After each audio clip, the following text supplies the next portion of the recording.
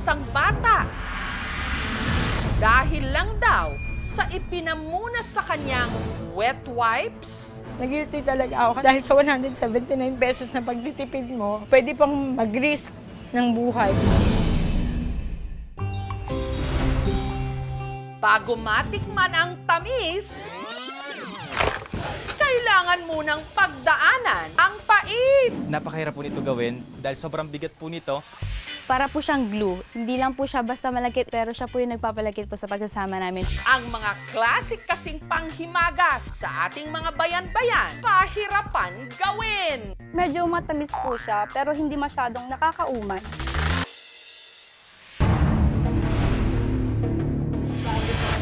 Kaya kamo mga bastos mo.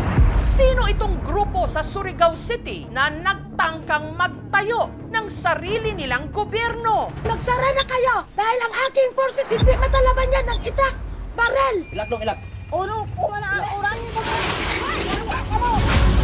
Puwersahan pang isinara at ikinandado doon ang ilang mga establishmento. Gari kami sa suyod, taglak kami. Hindi kami kagawas. Nangurog-purog ako.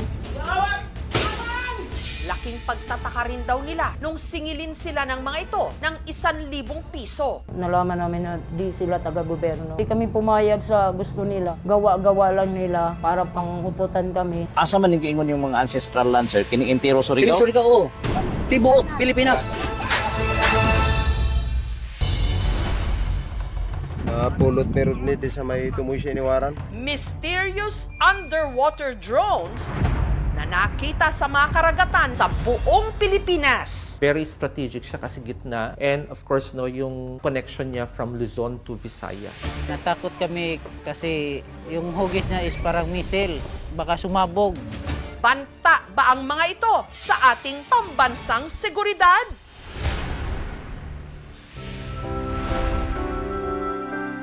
Uma!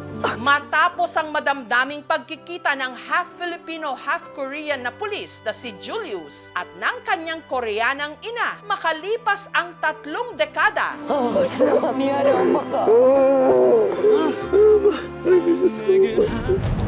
Si Oma pumasyal dito sa Pilipinas. Welcome to Philippines.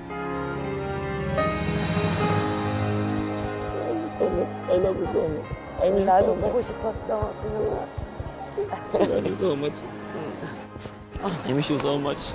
Kayanin niya kayang makita ang lugar na kinalakhan ng kanyang anak.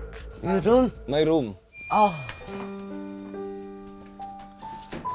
Pinakita ko po yung bahay. Anong sabi niya? Hindi po kinaya nila. 몰랐어요. 그런 곳이라는 건 나는 몰랐고. 미안해. 정말 아우. It's okay. 괜찮아, 괜찮아. What was that? Ito ang Tacloban na dinatnan namin. Isang masamang panaginip. I survived! Ganda ng driver ko. Hindi ako makapaniwala. Ang ganda ng ngiti. Ako po ang inyong kapuso. Mabuhay from the Philippines!